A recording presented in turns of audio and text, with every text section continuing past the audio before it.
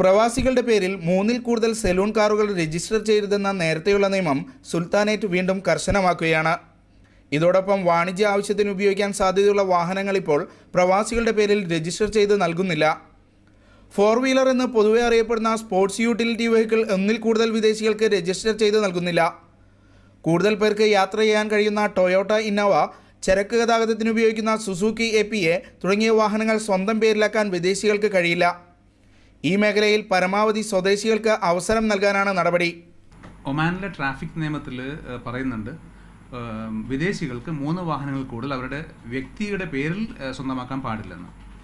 അപ്പോൾ അതേസമയം ഒരു വ്യക്തിക്ക് സലൂൺ കാറുകൾ 3 ആവാമെങ്കിലും 4 വീൽ ഡ്രൈവ് 1 പാടുള്ളൂ എന്നും ഇപ്പോൾ അടുത്ത കാലത്തുള്ള സംഭവവികാസങ്ങൾ സൂചിപ്പിക്കുന്നു. ഇതിനൊരു ലിഖിതമായൊരു നിയമമൊന്നുമില്ല. അതേസമയം ഇപ്പോൾ രജിസ്റ്റർ ചെയ്യാൻ പോകുമ്പോൾ ട്രാഫിക് ഡിപ്പാർട്ട്മെൻറ്റ് ഇരിക്കുന്ന ഉദ്യോഗസ്ഥൻ പറഞ്ഞിട്ടുള്ള അറിവ് മാത്രമേ മലയാളികളടക്കമുള്ള വിദേശികൾക്ക് അനുഭവമുള്ളൂ. എന്നാൽ കമ്പനിയുടെ പേരിൽ ഇത്തരം വാഹനങ്ങൾ വാങ്ങിക്കുന്നതിന് തടസ്സമില്ല. വാണിജ്യ ആവശ്യത്തിനുള്ള പല വാഹനങ്ങളും ഓടിക്കാൻ ഒമാനിൽ സ്വദേശികൾക്ക് മാത്രമാണ് അനുമതിയുള്ളത്.